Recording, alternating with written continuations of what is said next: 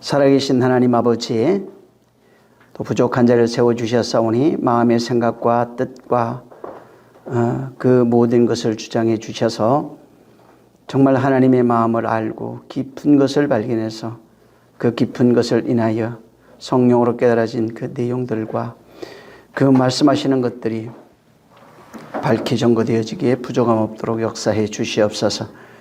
말씀을 듣는 모든 심령들 큰 은혜 주셔서 정말 하나님 말씀에 담겨있는 비밀들이 보여지게 하시고 이것들이 세상이나 율법이나 육체로 풀려지지 아니하며 하나님 마음의 깊은 것으로 풀어져서 생명이 되어진 것을 경험하게 도와 주시옵소서.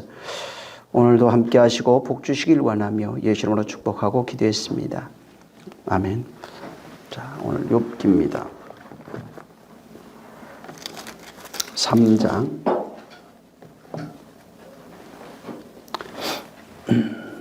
1절부터 10절입니다. 자, 시작. 그 후에 욥이 입을 열어 자기의 생일을 저주하니라.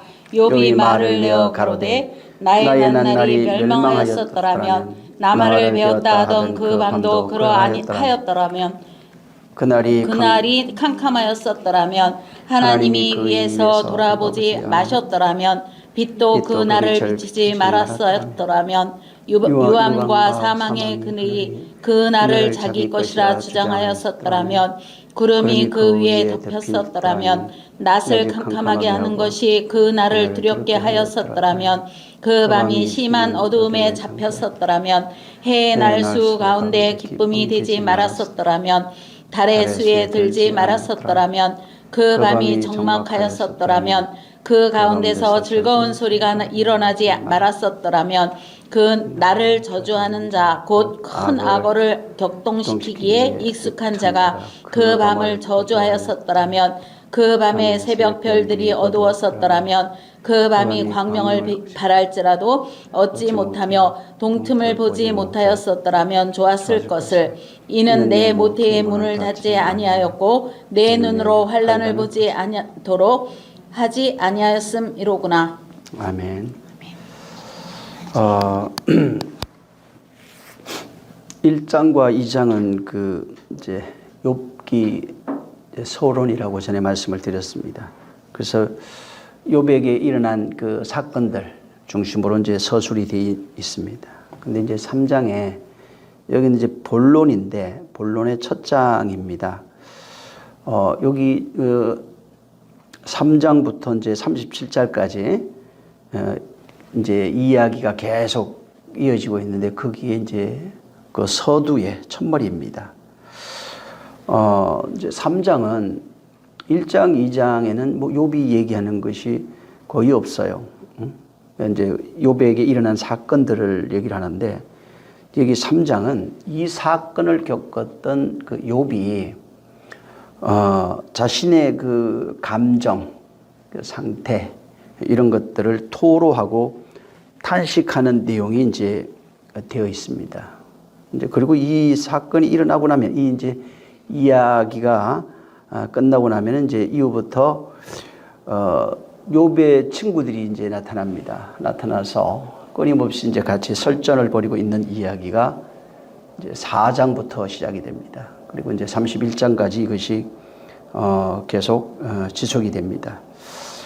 여기 4장에는 자기의 이제 상태를 이제 본론의 이제 서론인데 이제 산문 형식으로 서술하고 있고 서술하기보다는 이게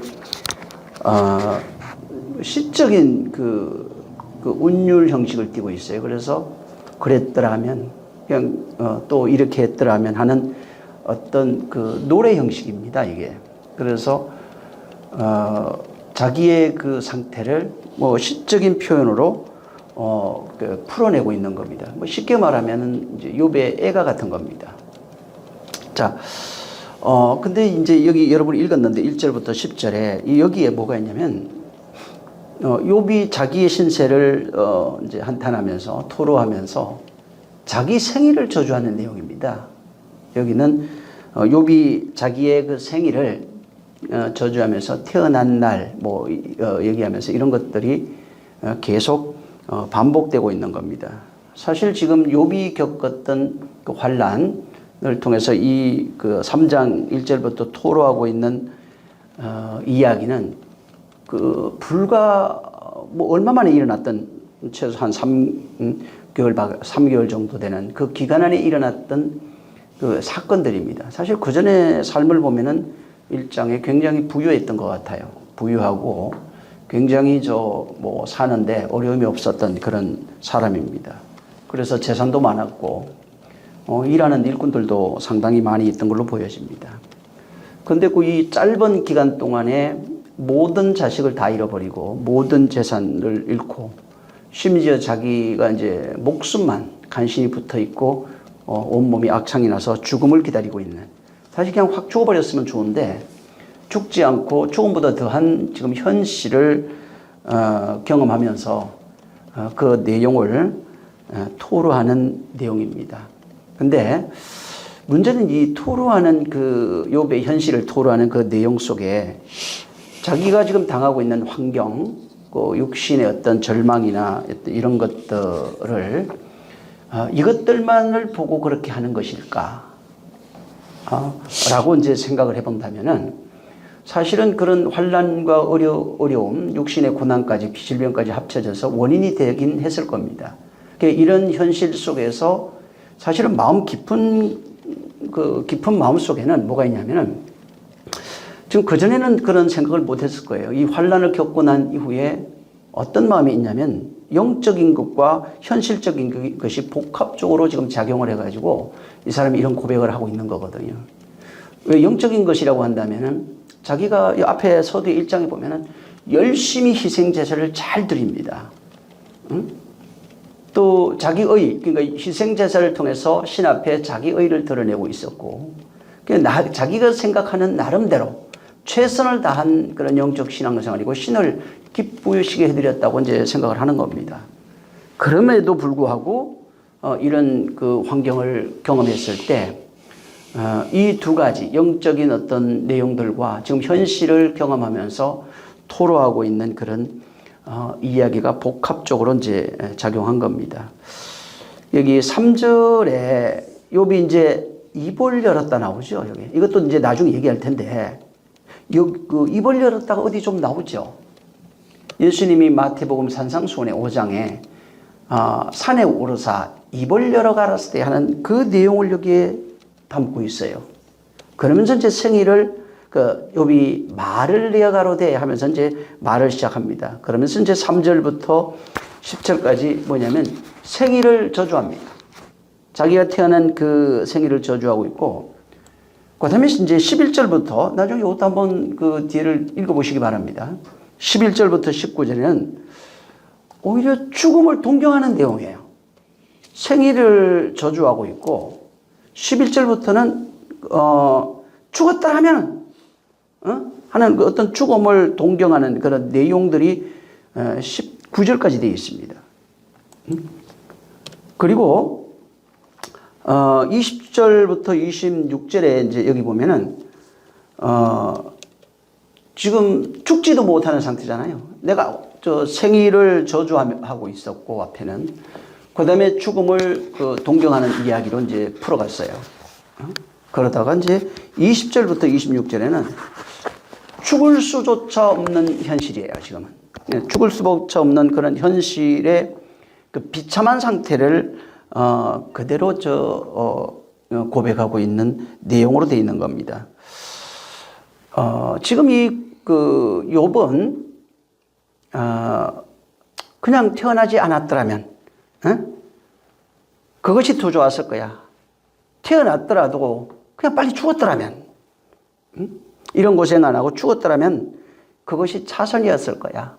라고 이제 고백하고 동경하는 내용입니다.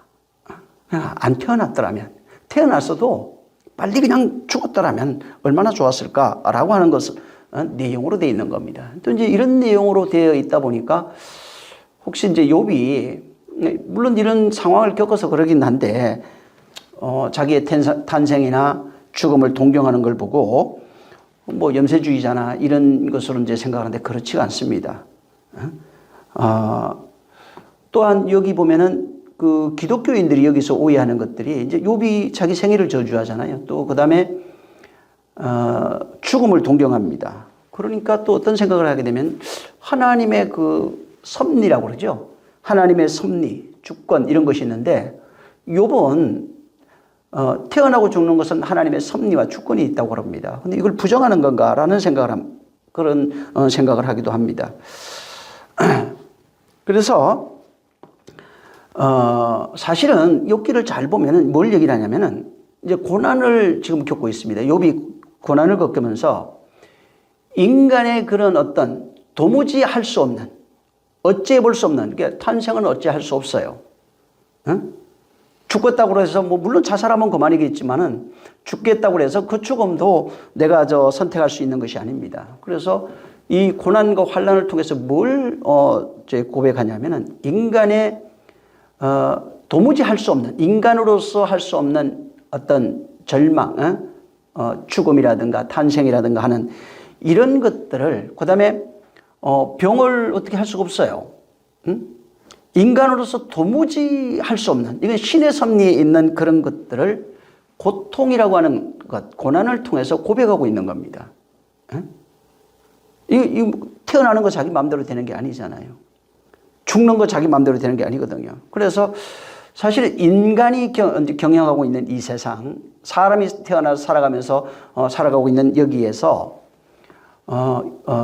욥은 이것 너머에 이 모든 것을 만물을 주관하시는 절대자의 어떤 주권, 절대자의 어떤 섭리가 있는데 이런 것들을 고난을 겪으면서 그걸 깨닫고 고백하고 있는 내용이 담겨 있는 겁니다. 그래서 여기 3장 1절에 보면은 욥이 이제 입을 열어 자기 생애를 저주합니다. 그러니까 이건 이제 아까도 얘기한 것처럼 어떻게 할 수 있는 것들이 아니에요. 그래서 욥이 지금 1절부터 3절부터 10절인데 거기에서 고백하고 있는 하나님의 절대 섭리, 절대 주권이 이 사람의 그 서술 속에, 고백 속에 다 녹아 들어가 있어요. 지금 담겨 있는데 이제 먼저 보자면은 여기 아까도 얘기한 것처럼 3장 1절에 욥이 입을 열어 자기 생애를 저주했다고 이제 나왔는데 마태복음 5장 그 2절 1절부터 이제 산상수훈 들어가기 전에 그게 1절에 산에 오르사 입을 열어 가라사대 이게 나옵니다. 마찬가지로 여기도 그런 형식으로 되어 있어요.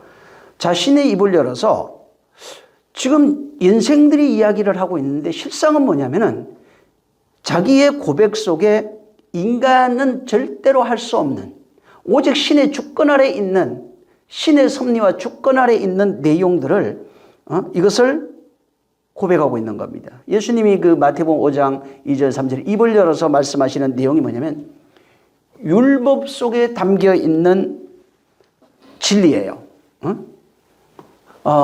입을 열어서 율법에서 말하고 있는 뭐 구약으로 얘기하면 십계명이 되겠죠. 또 구약에 있는 말씀들이에요.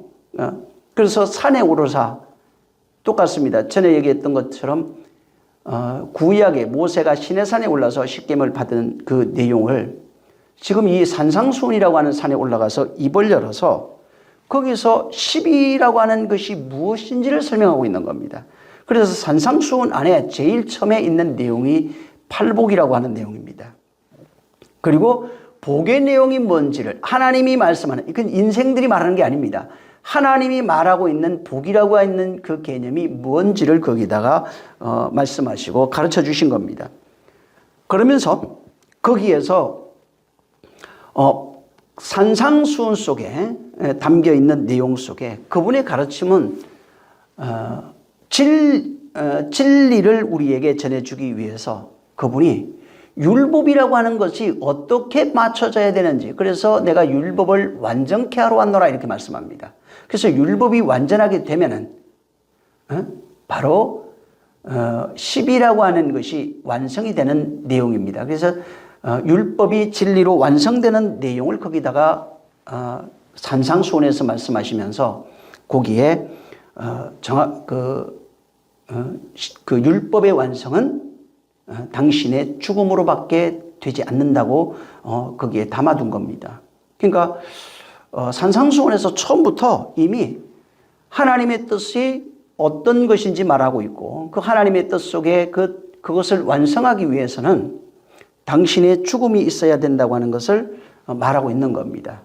그래서 그 입을 열어서 율법이 무엇인지 가르쳐서 율법이 어떻게 완성이 되어지고 완성된 내용이 진리로 어떻게 증거되는지에 대한 내용을 거기다 담아둔 겁니다. 욥도 지금 그 우리 산상손의 이야기가 어떻게 흘러가는지에 대한 얘기를 들었는데 욥도 여기 마찬가지인데 욥이 지금 입을 열어서 자신의 생일을 저주합니다. 자, 여기에 원문에 이걸 좀 우리가 이해할 필요가 있는데 여기 보면은 그 자기의 생일을 저주하다가 칼날 에트 욤이라고 하는 단어입니다. 근데 이게 이제 생일이라고 하는 단어가 욤으로 되어 있어요. 욤. 보통 그 욤이라고 하는 그 단어는 날, 낮, 하루 이런 의미를 이제 갖고 있는데 여기에 그 생일로 썼어요, 이거를. 욤, 원래 욤은 날입니다. 날. 그래서 요걸 이제 좀 조금 더 들어가면은 욤이라고 하는 것이 날, 낮, 하루 이런 개념인데 성경에서는 그걸 이제 이런 개념을 그냥 쓰지가 않아요. 그러니까 날이라고 했을 때는 하나님이 어느 날, 첫째 날 이렇게 날을 얘기하잖아요. 그럴 때는 그 안에 뭐가 담겨 있냐면 어느 기간, 어느 때, 어느 날 이런 거예요. 시점을 얘기를 해요. 무슨 얘기냐면 하나님이 역사하시는 어떤 시점, 완성되는 어떤 시점, 거기에는 그래서 하나님이 반드시 날이라고 하면은 하나님이 뭘 하시는 그 시점이에요. 아니면 무엇이 이루어진 시점이에요. 그래서 그 신약 성경에 보면은 그 왜 예수님이 하루를 있다가 혹은 이틀이 지나서 이런 얘기하죠. 거기에 시점이 있는 거예요. 그러니까 무엇을 하시는 시점, 무엇이 완료된 시점, 요 시점을 거기에 담고 욤이라고 하는 날을 보통 이제 쓰게 됩니다. 근데 지금 욥은 여기에서 이 욤이라고 하는 날을 쓰면서 어떤 날을 저주하고 있는 겁니다. 그것이 바로 생일이에요. 그 생일인데, 근데 거기는 아까도 얘기한 것처럼 그게 욤이에요. 근데 그 내용을 보면 태어난 이제 쭉 내용을 보니까 뭐 아이기 뱃던 태어나기 잉태가 안 됐더라면 아예 뱃속에서 죽었다 이런 얘기를 하고 있는 걸로 이제 봐서 이거를 여기에는 생일로 이렇게 번역을 해 놓은 겁니다. 그래서 여기 지금 또 그다음에 이제 욥이 지금 이런 것들을 자기 환난을 통해서 이것을 경험하고 지금 현실의 상황에서 자기 어느 날, 그러니까 여기 내용으로 보니까 태어난 날입니다. 이 태어난 날을 저주하고 또 그것을 후회하고 그것을 원망하는 것처럼 보여져요. 자, 근데 여기 저주하다 하는 단어가 있어요. 이 단어가 우리가 좀 그 성경을 이해하는데 굉장히 좀 중요한 단어인데 이거는 칼날이란 뜻입니다. 칼날이라고 하는 이 단어인데 이게 무슨 뜻이냐면 심판의 시간, 멸망받는 날, 홍수에 물이 잠기는 날, 감하는 날, 그런 의미로 쓰여졌던 것이 이 칼날이에요. 이걸 저주라고 한 단어로 이제 이걸 번역을 해 놓은 겁니다. 그래서 칼날 자체는 들어가 보면 어떻게 되어 있냐면 하찮다, 시시하다, 보잘것없다, 가볍다, 빠르다 이런 의미로 쓰여지는 단어입니다. 근데 이거를 저주하다라고 하는 단어로 써놨고 실제 이 단어가 쓰여진 곳을 가보면 창세기 8장 8절에 물이 감한 여부를 할 때 거기에 칼날로 되어 있는데 감한 여부라고 하는 생일이 아니에요. 감한 여부로 이게 번역이 되어 있어요. 그 다음에 창세기 8장 21절에도 가보면은 사람으로 인하여 땅을 저주하지 할 때 저주하지가 이 칼날입니다. 그 다음에 12장 3절 창세기 12장 3절에도 아브라함에게 너를 축복하는 자에게 내가 복을 내리고 너를 저주하는 자에게 할 때 너를 저주하는 그 단어 자체가 전부 다 칼날이에요. 그 다음에 창세기 16장 4절에도 보면은 그가 자기의 잉태함을 깨닫고 그 여주인을 멸시라고 하는 단어가 있는데 멸이라고 하는 단어가 이 칼날이에요. 그냥 멸하다 할 때 뭐 이런 뜻으로 썼던 겁니다. 하갈이 동침하고 난 이후에 이제 아기가 지니까 잉태하고 난 이후에 이제 사리를 그렇게 멸시했다 할 때 그 단어로 이제 쓰여져 있는 겁니다. 그래서 칼날이라고 하는 단어 자체가 완전히 지금 태어난 날을 저주하고 후회하고 이런, 물론 그런 의미가 전혀 없다 이건 아닙니다. 그런 의미를 담고 있지만 사실은 그런 의미보다는 어떤 심판의 시간, 때를 얘기하면 항상 어떤 때, 그 멸시하는 그 어떤 저주가 일어나는 어느 때입니다. 그래서 그 앞에 단어 요미라고 하는 단어와 같이 이게 붙어져 가지고 어떤 때 저주가 일어나는 그때, 멸시받는 뭐 그때, 홍수가 물이 감화해지는 어떤 그때를 지금 말하고 있는 겁니다. 그래서 좀 더 그 요미라고 하는 단어를 이제 보면은 이 요문 우리가 날이라고 제가 항상 말씀을 드렸는데 요걸 조금 더 들어가 보면 어떻게 나오냐면은 요미라는 단어가 여호와 알죠? 여호와라고 하는 이름이 있어요. 성경에 여호와라는 이름을 축약해가지고 축약하면은 요미 돼버려요. 그래서 요문 여호와라고 하는 이름의 축약형이 바로 요미입니다. 그래서 이게 야흐라고 하는 단어가 있어요. 야흐. 그러니까 야흐와 맴이 합쳐지면 어떻게 되냐면 여호와의 물이 됩니다. 여호와의 물이에요. 자, 근데 이게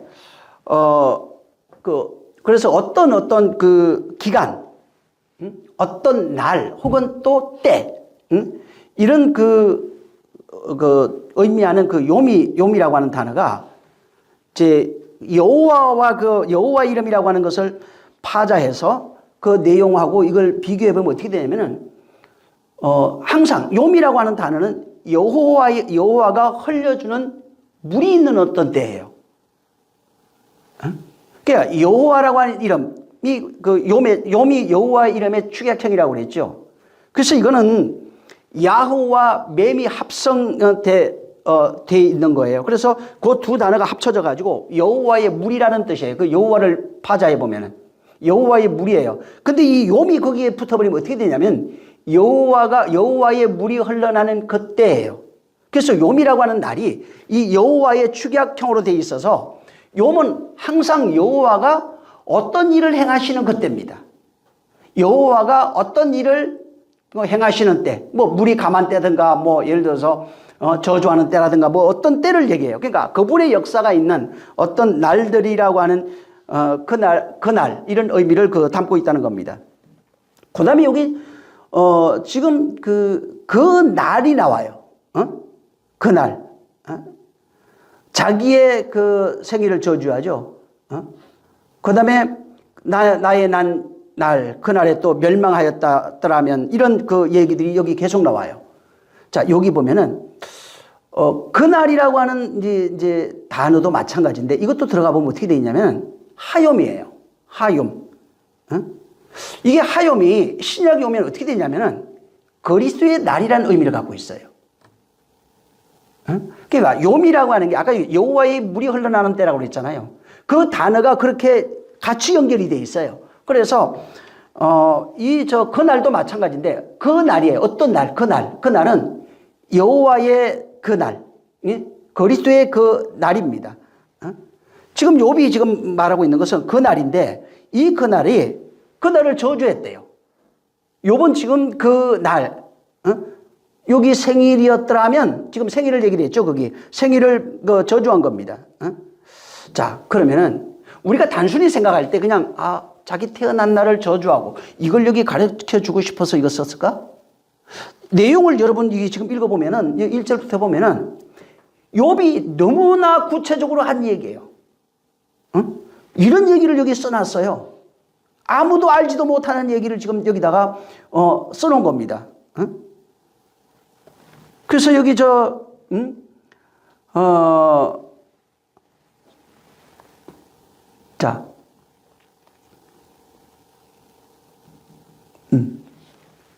자, 그래서 이게 저주라고 하는 지금 그날, 이게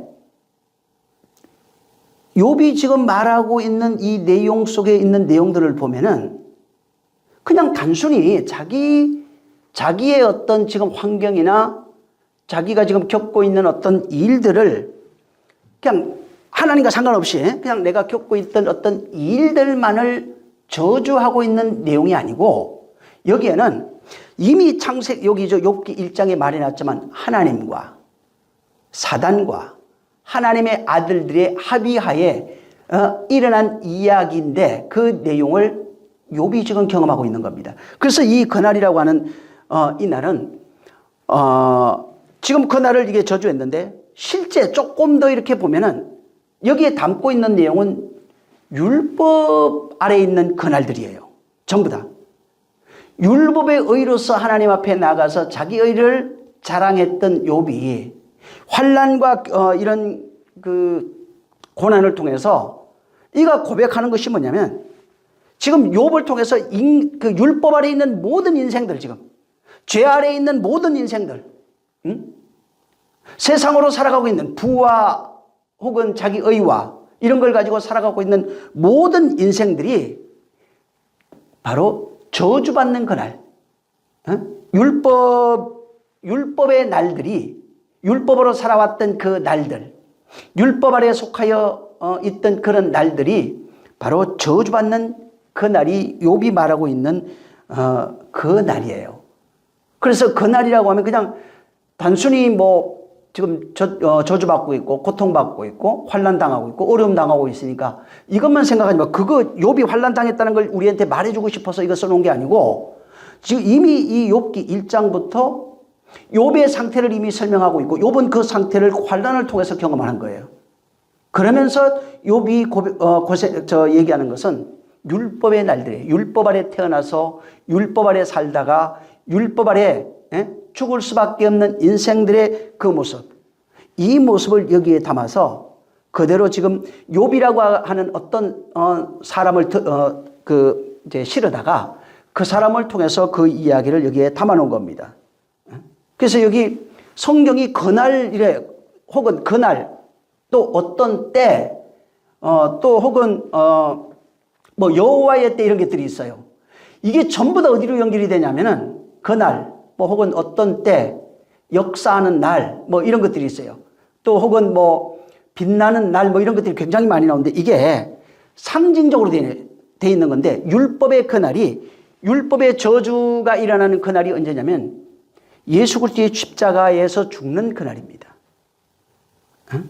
그래서 그 때가 거의 다가 성경에서 말하고 있는, 하나님이 말하고 있는 때는 예수 그리스도의 십자가에서 죽고 부활하는 그때, 죽는 그때로 돼 있어요. 구약의 거의 다가 때는 그 때를 말하는 겁니다.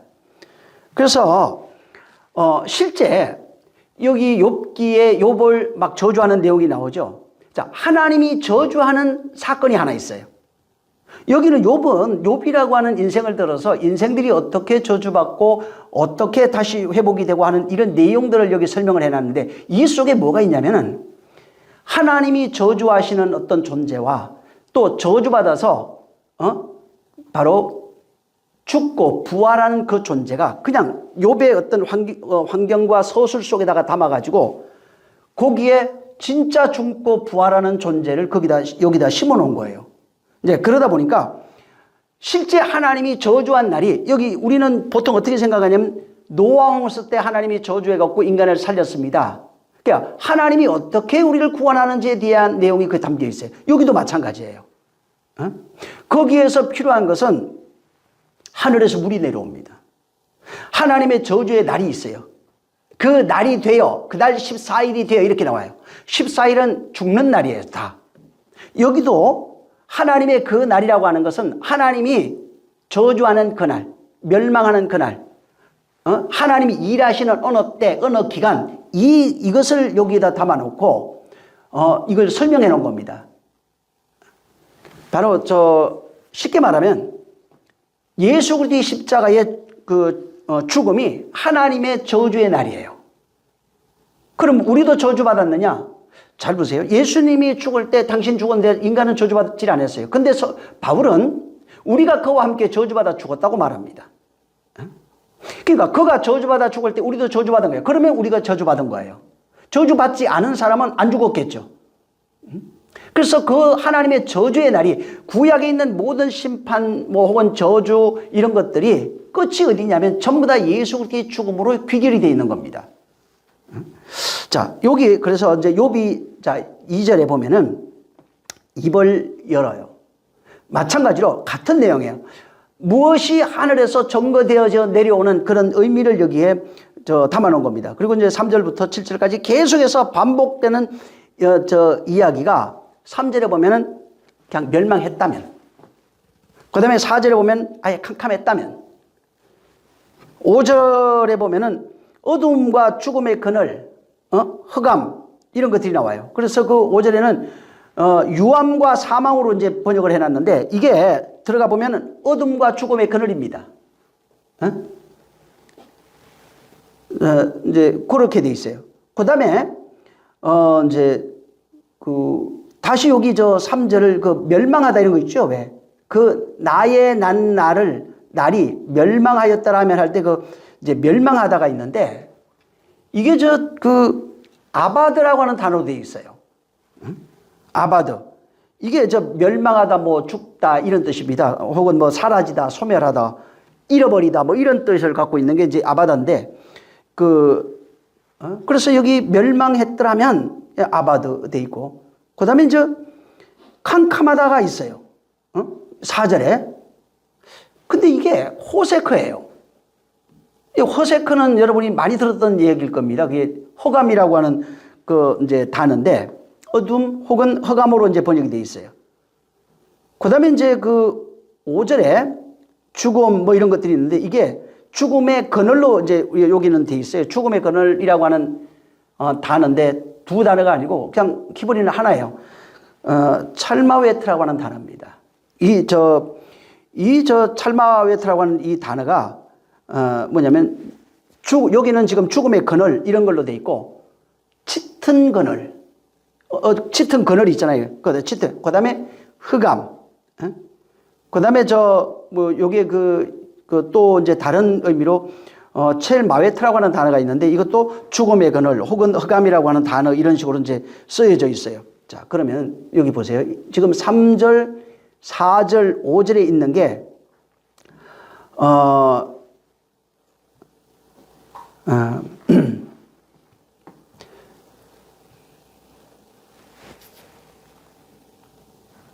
멸망하는 멸망이라고 하는 단어하고 멸망. 그러니까 이제 아바드 호세크 4절에는 이제 캄캄하다 호세크고 그다음에 5절에는 찰마웨트라고 하는 이 단어 이제 세 단어로 이게 되어 있어요.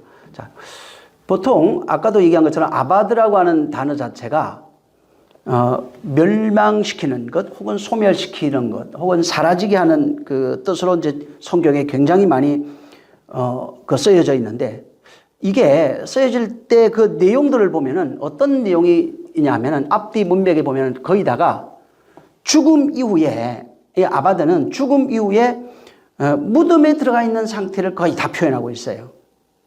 그래서 이게 아바드라고 하는 이게 멸망하였더라면 이게 죽음 이후에 어떤 무덤에 들어간 그 상태. 그래서 예수님이 죽고 무덤에 들어가시잖아요. 그와 같은 모형으로 여기 해놓은 겁니다. 예를 들면 에스더에 보면은 에스더 4장 16절에 보면은 죽으면 죽으리라고 하는 단어 우리 많이 쓰죠. 왜? 여기 죽으면 죽으리라가 이제 우리는 죽으면 죽으리라 이렇게 번역을 해놨는데 원문에 어떻게 되어 있냐면 아바드예요, 그냥. 아바드.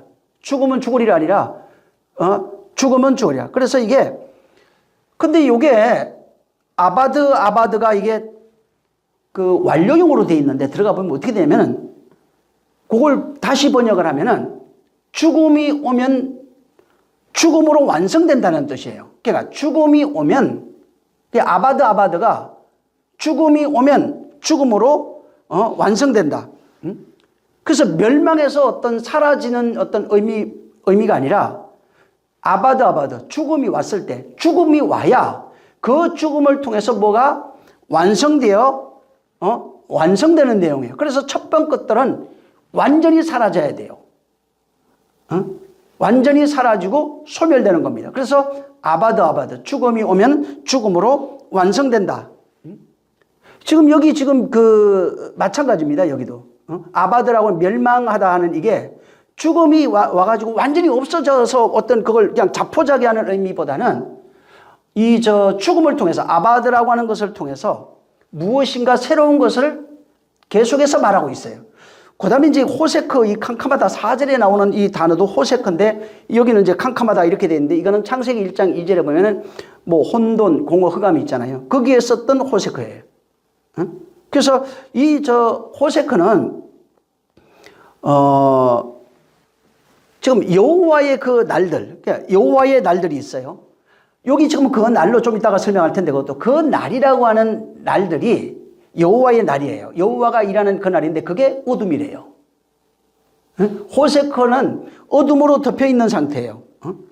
그래서 여호와의 어떤 일들이 이 일을 해야 돼요. 아직은 아니에요. 근데 거기에 어둠으로 완전히 덮여 있는 그 상태를 여기에서 설명하고 있는 거예요. 그래서 여기 캄캄하였더라면, 위에서 돌아보지 않았더라면, 마셨더라면, 빛도 그 날을 비추지 말았더라면, 여기 지금 쭉 보면은 어떻게 창세기 1장 2절, 3절에 있는 내용을 여기 암시하고 있어요. 전부 다. 그래서 여기 1장 2절에 지금 호세크가 뭘 지금 얘기를 하고 있냐면 1장 2절에는 그 흑암 나오잖아요. 그러니까 세상이 캄캄한 이걸 생각하지 말고 율법 아래 살아가고 있는 인생들의 모습이 공허, 혼돈, 흑암이라는 뜻입니다. 여기도 마찬가지예요. 캄캄하다고 하는 것이 율법 아래 속해 있는 인생들의 모습이 호세크라고요. 그래서 인생들이 가지고 있는 율법 아래서 수고하고 땀 흘리면서 거기서 살아가고 있는 인생들의 모든 모습이 바로 호세크입니다. 흑암이라는 겁니다. 근데 이 지금 율법 아래에서 살아가면서 이게 바로 죽어야 된다는 겁니다.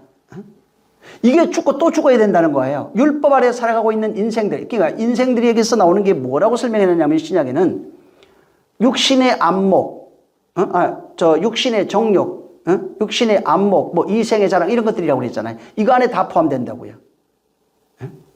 욥도 마찬가지. 욥도 육신의 정욕, 이생의 자랑, 육신의 안목으로 살아왔던 그런 존재, 자기 의의 존재입니다. 이게 율법 아래서 난 모든 의라고요. 그게 근데 호세크라고요.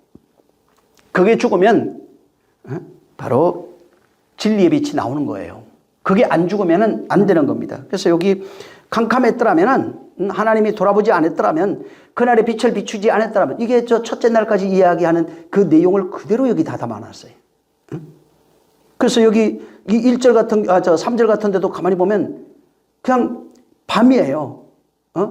어둠이에요, 그냥. 어둠 상태에 있었던 그런 상태를 그대로 여기 지금 예표하고 나타나고 있는 겁니다.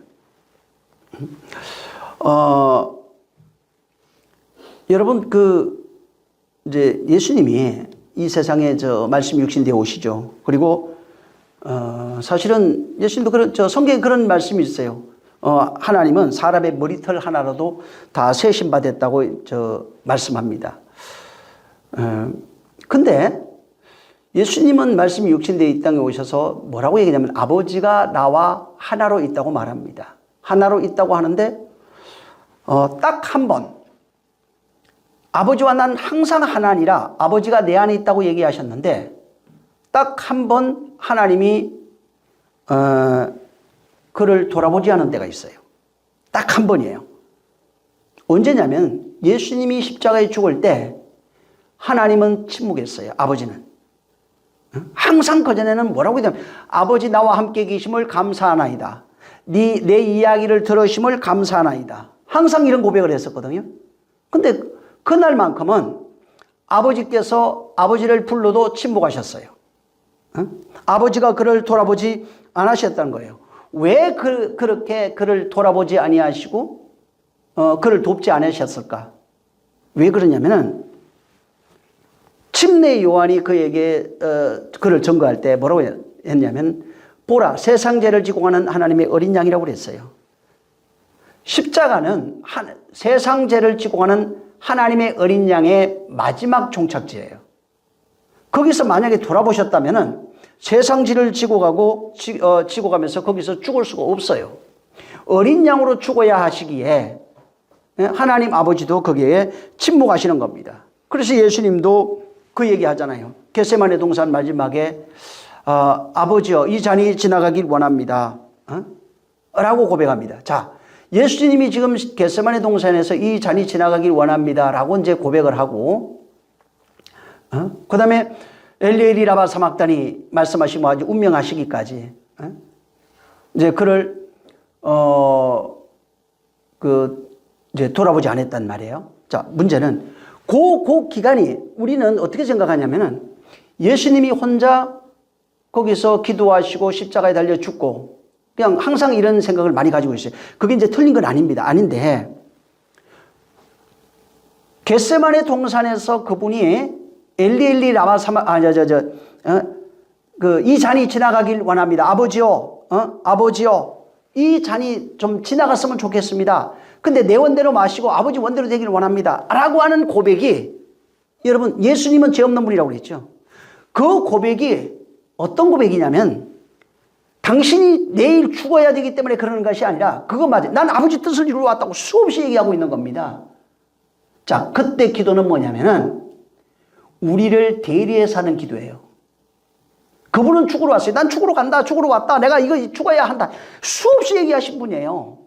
근데, 거기에 예수님의 고백은 율법 아래 태어난 인생들의 고백을 대표해서 고백하신 내용이라고요. 그 고백이 내 고백이 돼야 되는 거예요. 그리고 잔을 먹어야 된다고요. 누가 먹어야 돼? 우리가 먹어야 되는 거예요. 예수 십자가 안 졌다는 얘기가 아니에요. 그분이 졌는데 그분이 하신 모든 고백은 우리와 하나로 죽고 부활하는 내용이라고요. 그래서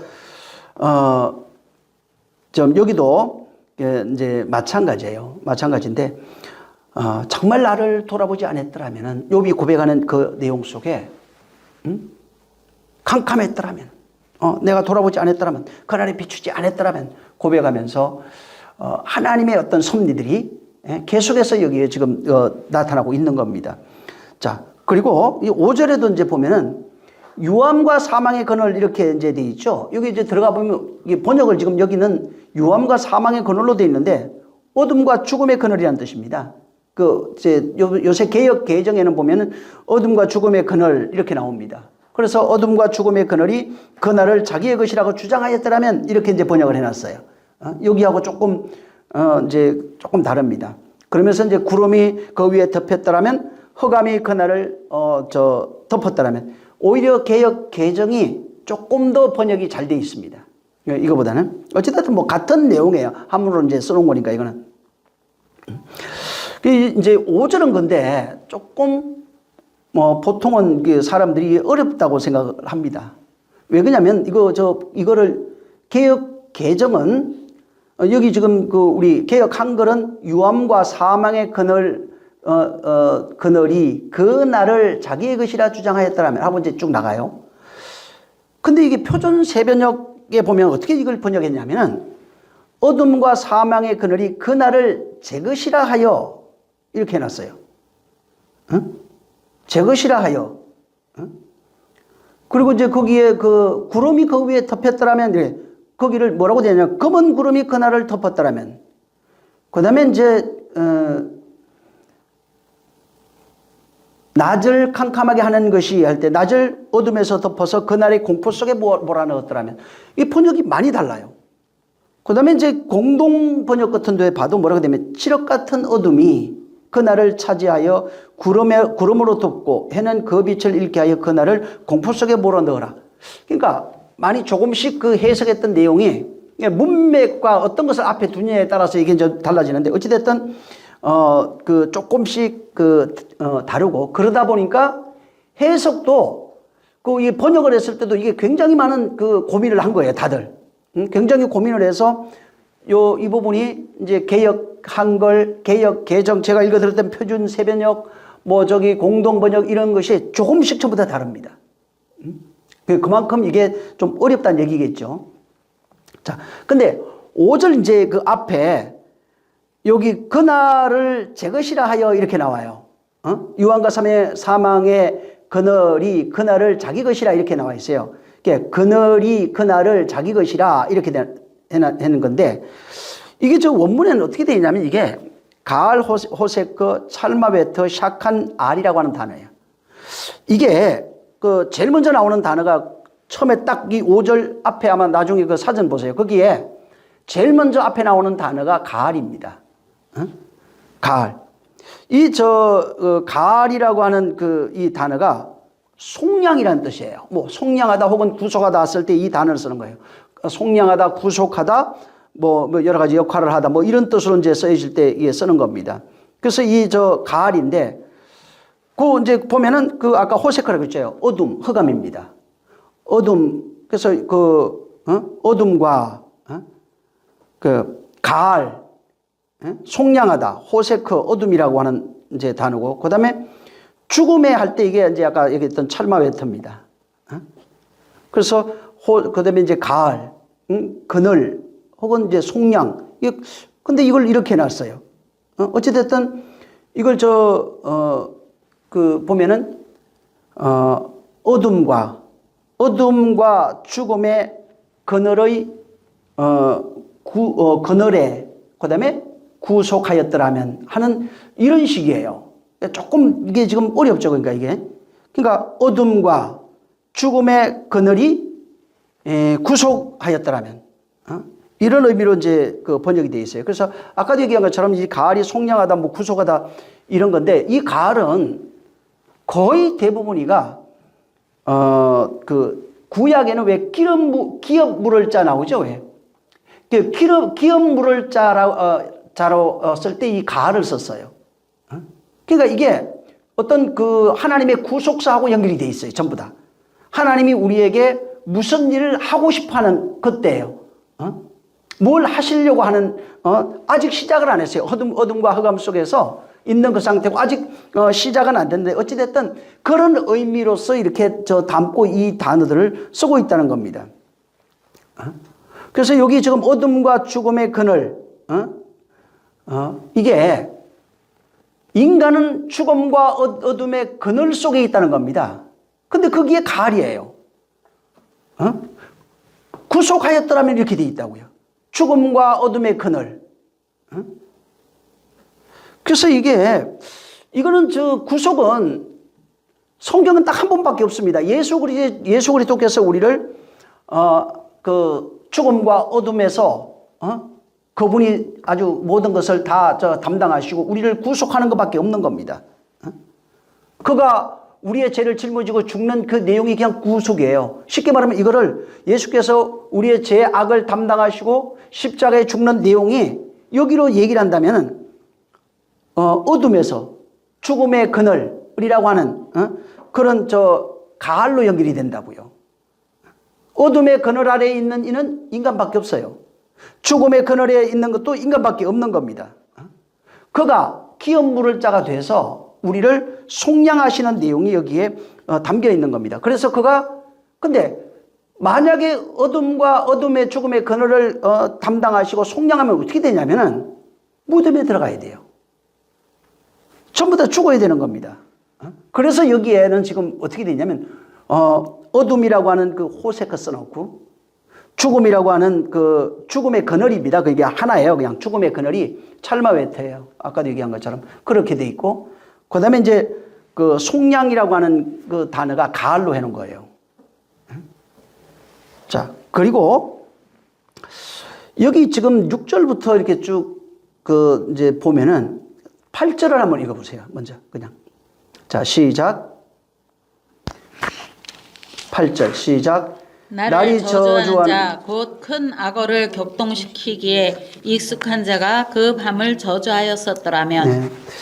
욥이 지금 6절에 어둠과 죽음의 그늘 아래 덮여 있었대요. 자, 이거는 완전한 죽음과 사망에 있다, 이런 의미를 갖고 있어요, 이게. 자, 근데 아까도 얘기한 것처럼 여기 지금 6절에 있는 그 내용은 그 밤이 캄캄한 어둠에 잡혀 있었더라면, 해의 날수와 달의 수에 들지 않았다면, 이게 그때 해, 달 이게 없었거든요. 그러니까 창세기 지금 1장 2절에 공허, 혼돈, 흑암의 상태를 여기 지금 풀어놨어요. 이렇게 식었지. 3절부터 4절, 5절, 6절 전부 다 지금 이걸 풀어놨어요. 여기다가. 모양이 지금 달라요. 근데 내용은 전부 다 그 내용을 지금 얘기하고 있어요.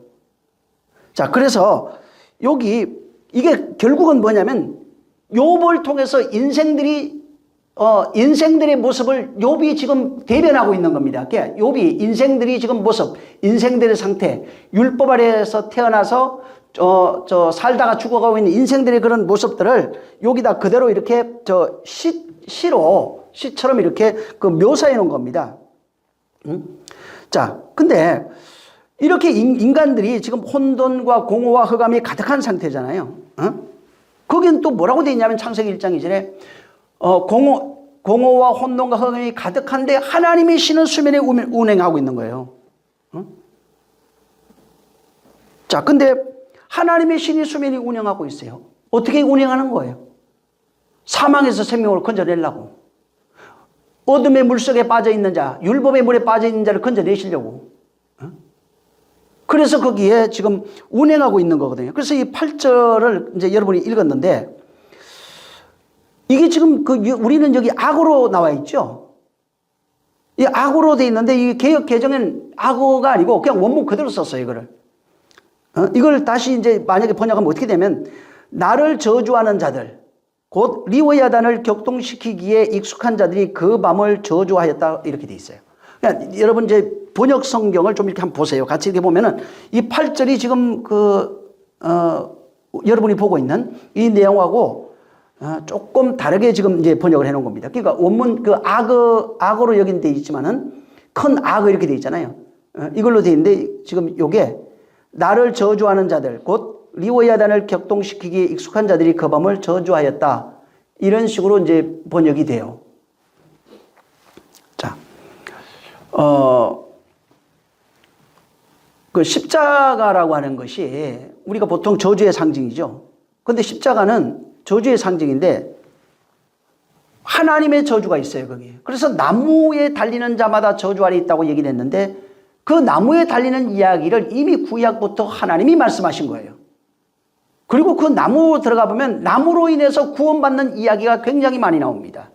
예를 들어서 뭐 썸물에서 단물되는 사건도 그렇고 모세의 지팡이 사건도 그렇고 여러 가지 굉장히 많이 이야기가 돼 있어요. 근데 십자가는 예수님이 달린 건 맞는데 십자가의 본질이 뭐냐면은 예수님이 우리의 죄악을 담당해서 십자가에 못 박아버린 겁니다. 그러니까 십자가는 인간의 죄악이 바로 그 십자가의 모형이에요.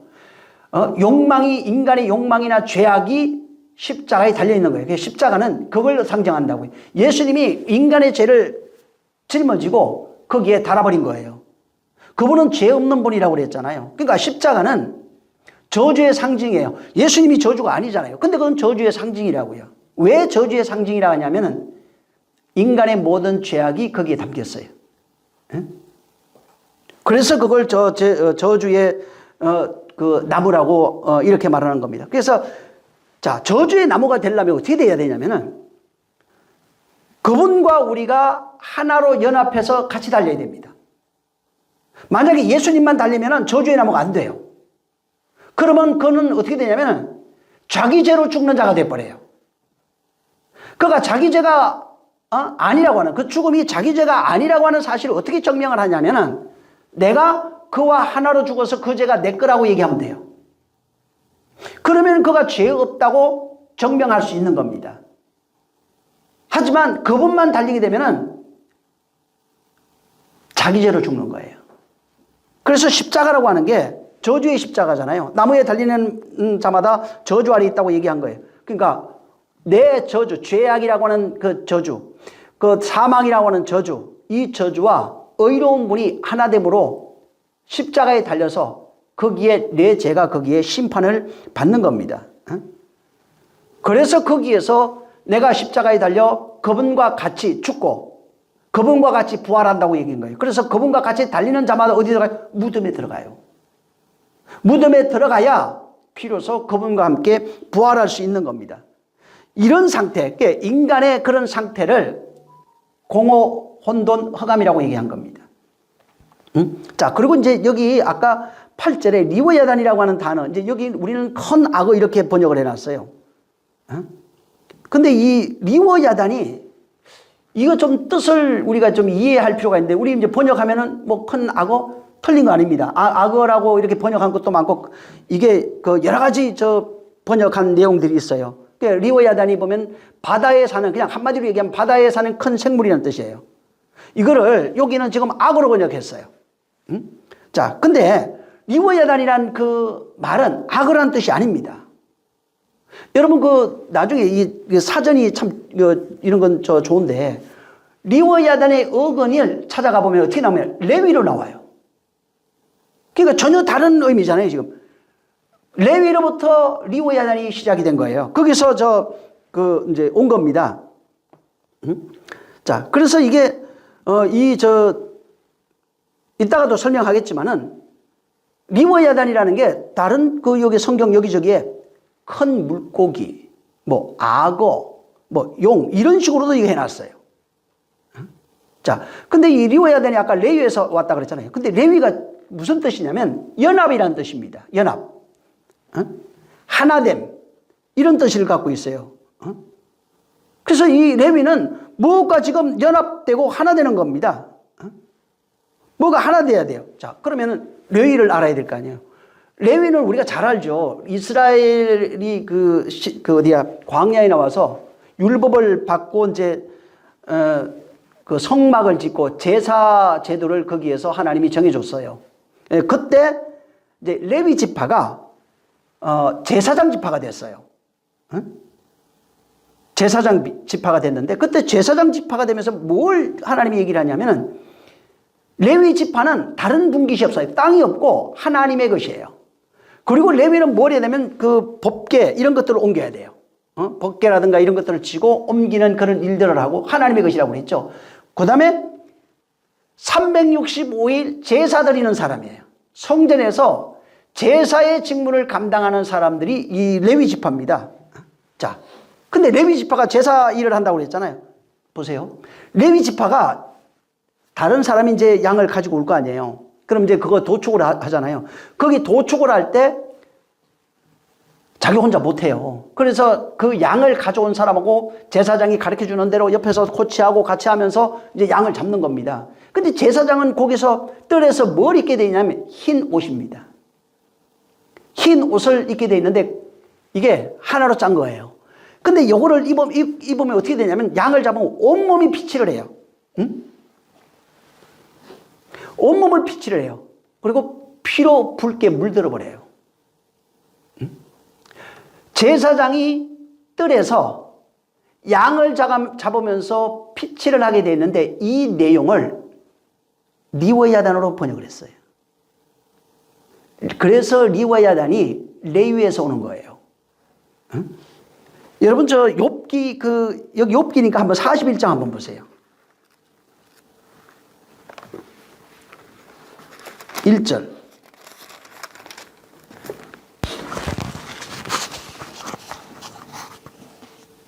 시작. 네가 능히 낚시로 악어를 낚을 수 있겠느냐? 노끈으로 그 혀를 맬 수 있겠느냐? 나중에 이 악어를 한번 들어가 보세요. 이게 리워야단이에요. 여기 리워야나로 되어 있고, 그 다음에 시편 74편 14절에 악어의 머리를 파쇄하고 할 때 그게 악어가 리워야단이에요. 근데 그 이사야는 악으로 안 썼어요. 이걸 또 이사야 한 군데 보겠습니다. 27장인데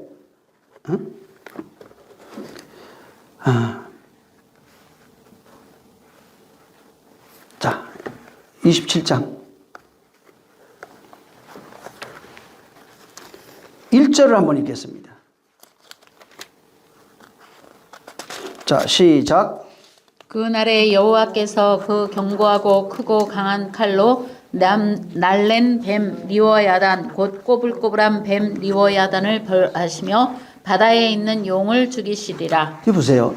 여기는 리워야단이라고 썼어요. 근데 리워야단을 어떻게 표현하고 있냐면 이사야는 꼬불꼬불한 뱀, 견고하고 크고 날랜 뱀, 꼬불꼬불한 뱀이에요. 그 다음에 바다에 있는 용이에요, 이게. 그러니까 뱀, 용, 여기는 이제 악어로 번역했잖아요. 이걸 그렇게 이제 표현해 놓은 겁니다. 그래서 리워야단 이게 들어가면 보통은 이제 설명을 바다에 사는 뭐 큰 짐승, 이제 그러다 보니까 이게 악어로 한 겁니다, 번역을. 그래서 이제 그 바다 악어의 번역이 이렇게 돼 있고, 이제 이사야는 이 악어로 번역을 하지 않고 그냥 말 그대로 리워야단 이렇게 얘기를 하고, 리워야단이 뭔 줄 알아? 리워야단은 꼬불꼬불한 뱀이야. 이게 바다용이야. 이렇게 얘기했어요. 뱀으로 얘기한 거예요. 그러니까 이사야는 리워야단을 뱀 혹은 바다용으로 번역을 한 거예요. 우리 여기 욥기는 이제 아까 봤지만 41장도 그랬고, 여기 지금 3장에도 마찬가지로 8절에 지금 큰 악어 뭐 혹은 악어 이렇게 되어 있습니다. 자, 여기 바다용 나오죠? 아까 이제 이사야는 바다용이라고 그랬어요. 여기는 큰 악어라고 그랬고, 자, 이게 그 바다의 용, 이게 큰 물고기예요. 바다에 사는 어떤 큰 용 혹은 큰 물고기 이렇게 되어 있습니다. 근데 이게 창세기 가면은 학가돌 탄닌이라고 해서 창세기 1장 21절에 나와요. 거기에는 탄닌으로 되어 있어요. 탄닌을 보면은 큰 물고기라는 뜻으로 되어 있어요. 또 바다에 있는 큰 물고기. 근데 이 탄닌이 여러분 모세가 지팡이 났을 때 그 모세가 들고 있던 뱀은 나시로 돼 있고, 그 술사들이 가지고 있던 2마리 뱀은 거기에 탄닌으로 나와요. 사람이 가지고 있던 건 탄닌이에요. 그리고 그 탄닌은 창세기 1장 21절에 거기에 탄닌이에요. 근데 그 창세기 1장 21절에는 탄닌인데 거기에 가돌이라고 하는 단어가 있어요. 하가돌이라고 하는 그 이제 단어가 하나 더 붙었는데, 이게 뭐냐면 위대한, 뭐 거룩한 이런 의미를 갖고 있어요. 그래서 이 큰 물고기 이게 이런 것들이 그 뱀, 그래서 뱀도 예수님이 그러죠. 인자가 광야에서 모세가 뱀을 든 것 같이 그렇게 들려야 될 거다. 그러니까 뱀하고 이게 계속 연결, 탄닌 혹은 여기 리워야단 이런 것들이 같은 그 의미로 쓰여지고 있는 겁니다. 그래서 여기 큰 물고기도 들어가 보면 큰 물고기 나오죠. 이게 또 어디로 나오냐면 고기에 탄닌도 나오지만은 그 요나가 왜 물속에 빠졌잖아요. 그때 요나를 삼켰던 그 짐승이 탄닌이에요. 큰 그 물고기입니다. 그 같은 거예요. 근데 이것이 전부 다 용 혹은 뱀, 뭐 악어, 바다 괴물 뭐 이런 것들이, 큰 물고기 이런 것들이 전부 다 누구를 얘기를 하고 있냐면 예수 그리스도예요. 예수님을 얘기를 하는 겁니다. 그래서 그 고기에 따라서 이제 거룩한 것이 있고 구별이 돼요. 거룩하지 아니한 것이 있고 그런 겁니다. 뭐 좀 예수님이 말씀이 육신되어 오셔서 이 땅에서 모든 일을 삼키는 의미를 갖고 있어요. 그런 의미도 갖고 있어요. 죄를 모두가 담당하시고 십자가에 죽으시는 것, 혹은 그렇게 무덤에 들어가시는 것, 혹은 어둠에서 우리를 모든 사람을 이끌어 끄집어내시는 그런 의미로 여러 가지로 이것을 사람들이 이해할 수 있도록 계속 설명하고 있는 겁니다. 자, 근데 여기 리워야단을 격동시킨다고 이제 여기 돼 있는데 8절에는 격동이라고 하는 단어가 보면 우르입니다. 우르. 이게 이제 깨우다, 뭐 각성시키다, 뭐 이런 뜻입니다. 리워야단을 깨운대요. 리워야단을 깨운답니다. 자, 보세요. 아까 리워야단이 레위에서 왔다고 그랬죠? 리워야단이 레위에서인데, 레위가 아까도 얘기한 것처럼 뜰에서 짐승 잡는 사람들이에요. 온몸에 피치를 하고 있어요. 거기에서 그 사람들이 그 훈련해가지고 뭘 하게 돼 있냐면 나중에 우리의 죄를 담당하러 오신, 그래서 거기 그 모형도 해줬어요. 2마리 양 가지고 1마리 양을 잡아다가 이건 그 여호와께 드리는 양이라고 그러고 하나는 아사셀 양이라고 해서 광야로 보냈습니다. 자, 그 내용이에요. 그 레위 지파 사람들이 거기서 양을 잡아서 여호와를 위하여 양을 잡는 그런 사람들이에요. 그 사람들이 누구냐면 붉은 용들이에요. 그 사람들이 양을 잡아 하나님께 드리는 그런 사람들, 그 사람 레위다. 무슨 얘기예요? 쉽게 그것도 비유인데 제사장을 말한다고요. 제사장. 그들이 레위가 제사장이라고 그랬잖아요. 근데 그들은 바울이 이걸 깨닫고 어떻게 설명했냐면 그들은 매번 드려지는 그런 제사장인데 바뀌는 제사장이래요. 죽으면 끝나잖아요. 왜? 근데 예수님이 단번에 대제사장이 되어 하늘 성소에 들어갔다고 말하는 겁니다. 제사장은 죄를 속하는 일을 해요. 죄를 안수합니다. 이렇게. 그래서 제사장이 죄와 연합돼서, 예수님이 대제사장이죠. 우리의 죄와 연합해서 죽어 가시는 우리와 하나로 죽어 가시는 인생들의 모습을 붉은 뱀, 노뱀 이런 식으로 상징되어 있다고요.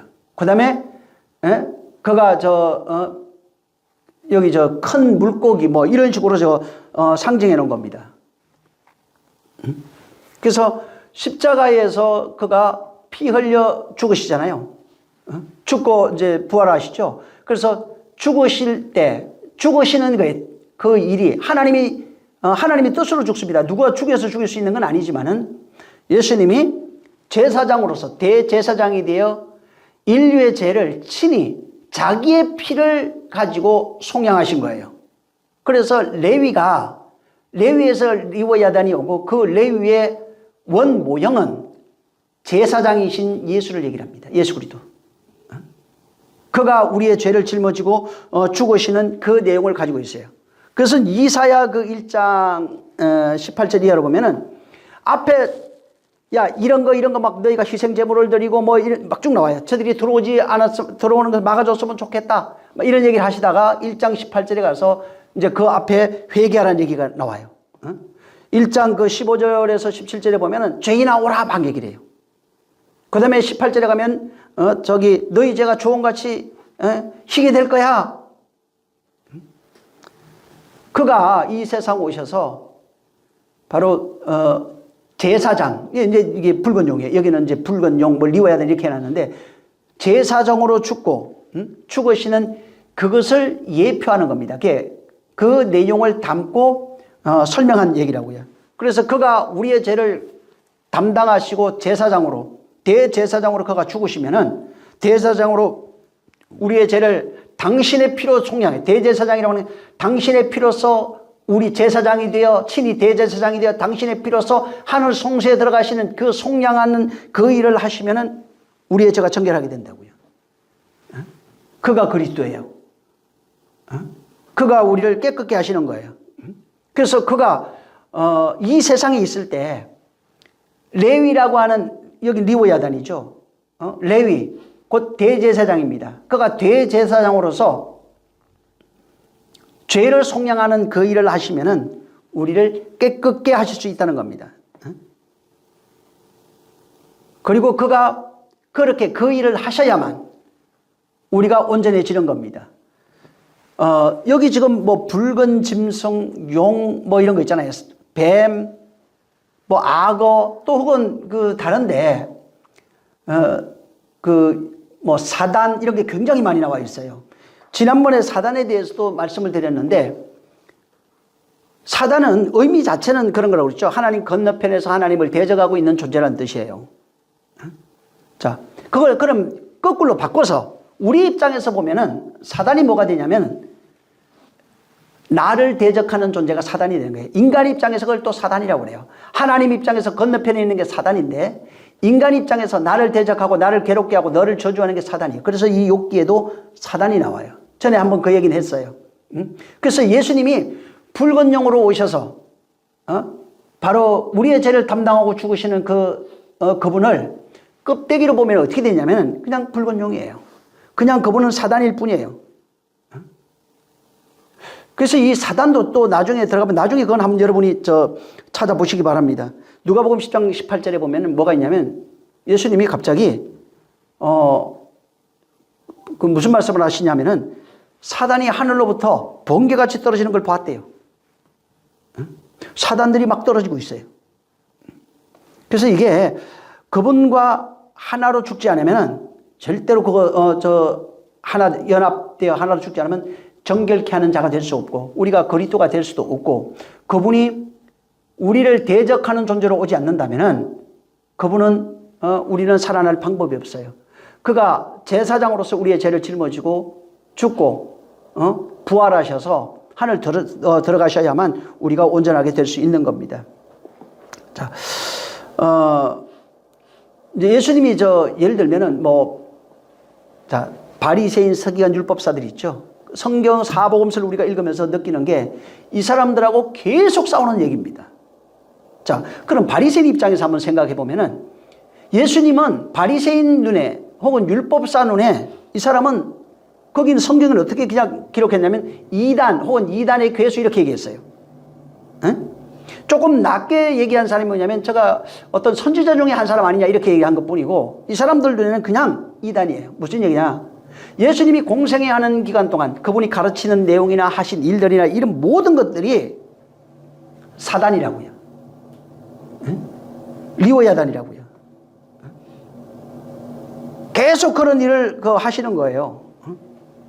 예수님이 하시는 일들이 계속해서 그들 눈에는 어떻게 되냐면 저게 사단이에요. 그들 눈에는 그냥 뱀이에요. 용이고 그거를 각성하다 이렇게 여기는 이렇게 표현해 놨는데 깨운다는 게 그거예요. 예수님이 이 땅의 공생의 기간 동안 살아 있었어요. 자, 공생의 기간 동안 살아 있잖아요. 살아 있는 그들의 눈에는 그가 뱀이라고요, 지금. 그 뱀이 누구라고요? 결국은 그 입장에서는 또 우리가 뱀이에요. 상호적인 거라고 이게. 하나님 편에 하나님 건너쪽에 있는 우리가 사단이고 마귀예요. 자, 우리가 의라고 했을 때 내가 정이라면은 내 반대쪽에 있는 게 전부 다 불이에요. 그게 사단이고 마귀고 원수가 되는 겁니다. 그래서 예수님이 살아있는 기간 동안에 바리새인 율법사 눈에는 예수님은 용이요 뱀이요 사단이요 리워야단이요 그렇게밖에 보일 수가 없는 거예요. 그래서 여기 지금 말하고 있는 것도 마찬가지예요. 인간의 모습을 욥기를 통해서 계속해서 사망 아래 흑암 아래 저주 아래 있다는 이 사실을 깨닫게 하는 겁니다. 우리가 지금 여러분 그 율법 있잖아요. 구약 이 내용들을 만약에 문자로 그대로 받아들이면은 그냥 용이에요. 하나님이 보실 때 우리 또 용이에요. 그가 말씀이 육신되어 오신 육신의 죄를 정했다고 그랬잖아요. 그가 말씀이 육신되어 오신 그 모습이 그냥 용이에요. 우리하고 같은 거예요, 그냥. 그가 뱀으로 오지 않으면 뱀과 하나로 달릴 수가 없어요. 용으로 오지 않으면 용과 하나로 달릴 수가 없어요. 사단으로 오지 않으면 사단과 하나로 그가 달릴 수가 없는 겁니다. 그래서 그가 리워야단을 할 때 그게 뱀, 용 이렇게 돼 있는데 전부 다 우리가 그와 연합되어 그래서 계시록에 가면은 바다에서 나는 용, 땅 위에 있는 짐승 나오잖아요. 전부 다 그거예요. 율법 아래 있는 인생들의 모습을 그렇게 얘기를 하고 있고 율법 아래 말씀이 육신되어 오신 그분의 모습을 그렇게 상징적으로 보여지고 있는 겁니다. 그래서 그가 용으로 오셔서 혹은 뱀으로 오셔서 다른 말로 레위예요. 제사장으로 오셔서 우리와 연합하시고 그분이 말씀이 육신되어 오셔야 육신의 죄를 정할 수 있는 겁니다. 그래야 그가 우리의 죄를 감당하고 죽을 수 있는 거예요. 그래서 여기는 지금 욥기는 말씀이 육신되어 오신 그 예수, 다시 말해서 여기 리워야단 이렇게 설명했죠. 다른 데 뱀, 그 용 이런 걸로 큰 물고기 설명했는데 여기는 욥기를 통해서 의인이 악인으로 고난받는 이야기를 여기 써놓은 거예요. 그럼 의인이 악인으로서 고난받으시는 그 이야기는 결국은 누굴 얘기를 하고 있냐면 예수 그리스도의 의인이신 하나님은 의롭다는 그분밖에 없어요. 인간은 의롭다고 말한 적이 없어요. 인간은 모두가 불의하다고 얘기를 했어요. 의인이 없나니 하나도 없다고 얘기했잖아요. 그러니까 하나님이 의롭다 하니는 인간이 없다고요. 오직 예수 그리스도만 의롭다고 얘기를 했고 인간을 의롭다고 한 적은 있어요. 어떨 때만 했냐면 그리스도를 믿은 그 믿음만을 의롭다고 했어요. 그리스도를 믿는 그 믿음만을 의롭다고 얘기하는 겁니다. 그리고 우리가 마찬가지로 그 욥기를 이걸 통해서 의인의 고난, 그 고난을 통해서 우리가 그 고난에 하나 됨으로써 우리도 같이 그와 고난을 통하여 환난 가운데서 부활로 나오는 그 하나님의 구원의 여정, 이 내용을 여기에 담아 두신 겁니다. 그래서 이제 10절에 한번 10절 한번 읽어보세요. 시작. 10절. 내 모태의 문을 닫지 아니하였고 내 눈으로 환난을 보지 않도록 하지 아니하였음이로구나. 네, 내 모태의 문을 닫지 않았대요. 율법이라고 하는 그 자궁입니다. 율법이라고 하는 자궁 속에 있는 그 성도의 현실을 이렇게 표현해 놨어요. 그리고 이제 그리스도와 하나 돼서 다시 태어날 그런 인생들을 그 얘기해 놓은 겁니다. 우리의 성도가 누구냐면 율법 아래서 저 잉태되어 죽고 다시 태어나는 존재로 여기 설명해 놓은 겁니다. 근데 그 죽고 율법 아래서 잉태되어 다시 태어나는 그 여정 속에 가장 중요한 것을 여기에 지금 환난으로 얘기해 놓은 겁니다. 고난, 환난 이렇게 돼 있어요. 욥기는. 그러니까 율법 아래 태어난 인생은 반드시 고난과 환난이라는 것을 통해서 죽고 부활한다고 하는 것을 여기에다가 담아 놓은 거예요. 그래서 신약 성경에도 보면 여러분 요한복음 나중에 저 16장 33절 이런 데 한번 쭉 보시기 바랍니다. 그 다음에 로마서 5장 3절, 고린도후서 1장 4절, 계시록 17장 4절 전부 다 어떻게 되냐면 환난 가운데서 나온다고 돼 있어요. 성도는. 너희가 요한복음 16장 33절에는 너희가 환난을 당하나 담대하래요. 그게 세상을 이기는 거래요. 거기는. 로마서 5장 3절에는 환난 중에 즐거워하는데 그 환난은 인내는 소망을 이런 식으로 나가요. 그 다음에 고린도후서 1장 그 4절에서 저 4절 6절에 보면 어떻게 되냐면 하나님께 받은 위로로서 모든 환난 중에 있는 자를 위로하는 거예요. 그러니까 성도가 모든 환난 중에 있대요. 6절에 우리가 당하는 환난을 당하는 것은 너희가 위로와 구원을 받게 하라는 거예요. 이게 성도는 무조건 환난이 다 있어요. 그리고 우리가 받는 것은 고난을 너희도 견디게 하느니라. 그러니까 고난이 없고 환난이 없는 건 이게 성도가 아니에요. 흰 옷을 입고 나오는 자, 어린 양의 피에 그 옷을 씻어 흰 옷을 입고 나오는 자들이 있다고 저 계시록 7장 14절에 있는데 어디에서 나오냐? 큰 환난에서 나온대요. 이게 반드시 근데 큰 환난에서 나오는데 어떻게 되냐면 어린 양의 피에 옷을 씻어 깨끗하게 됐대요. 예수님이 또 그 마가복음 10장 29절에 보면은 29절 30절 나중에 읽어보시면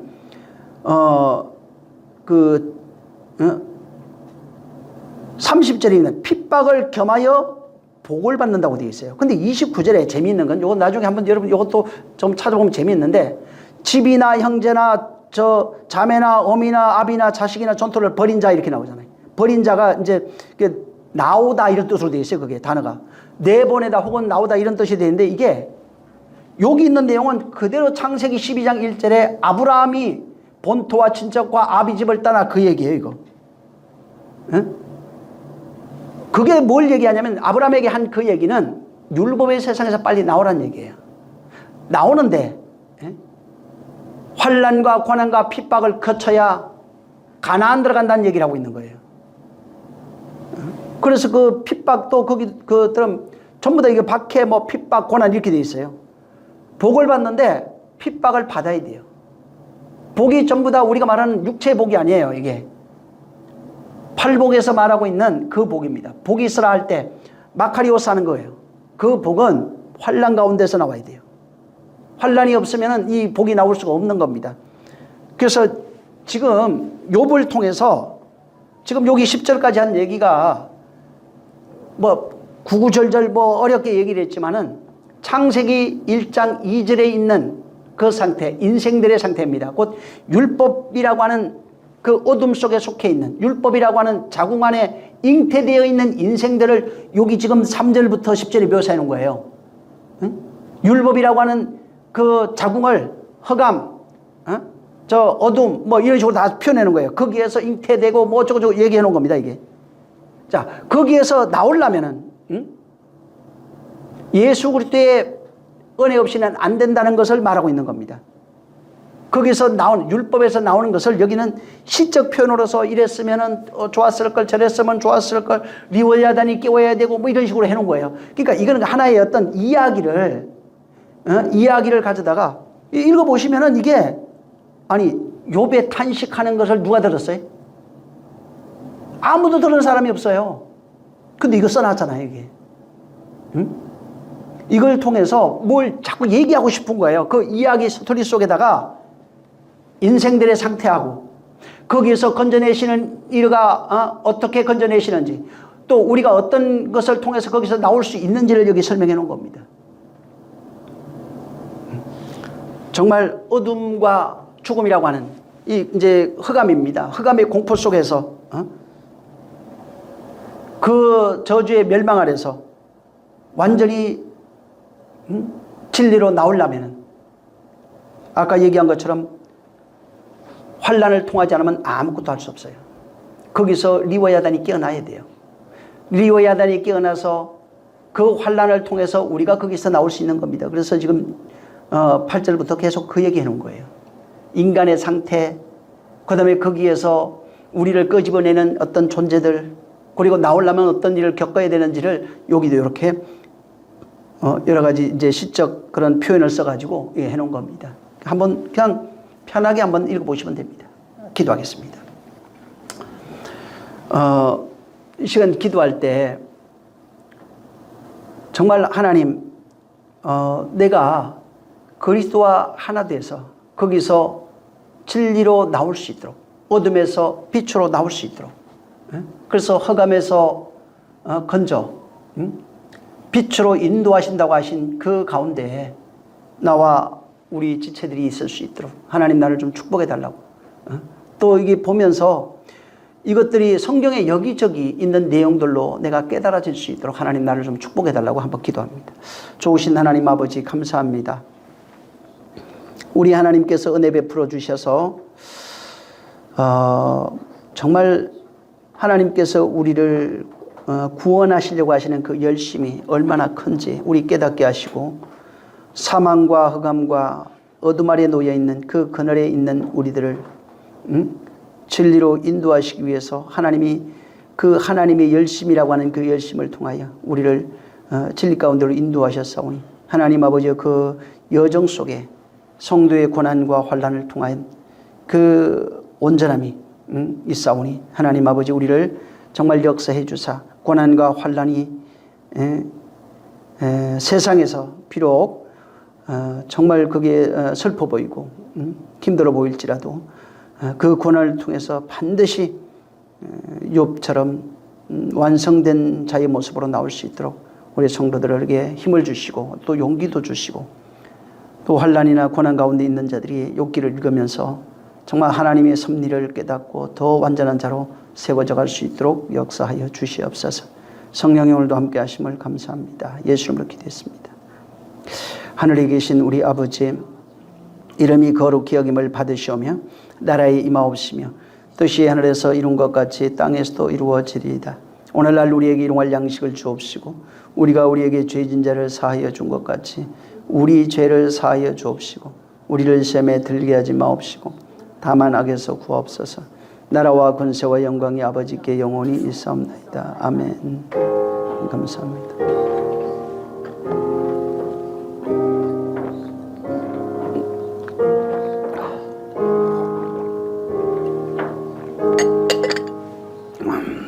우리 모든 영광을 하나님께 드리겠습니다. 수고 많이 하셨습니다.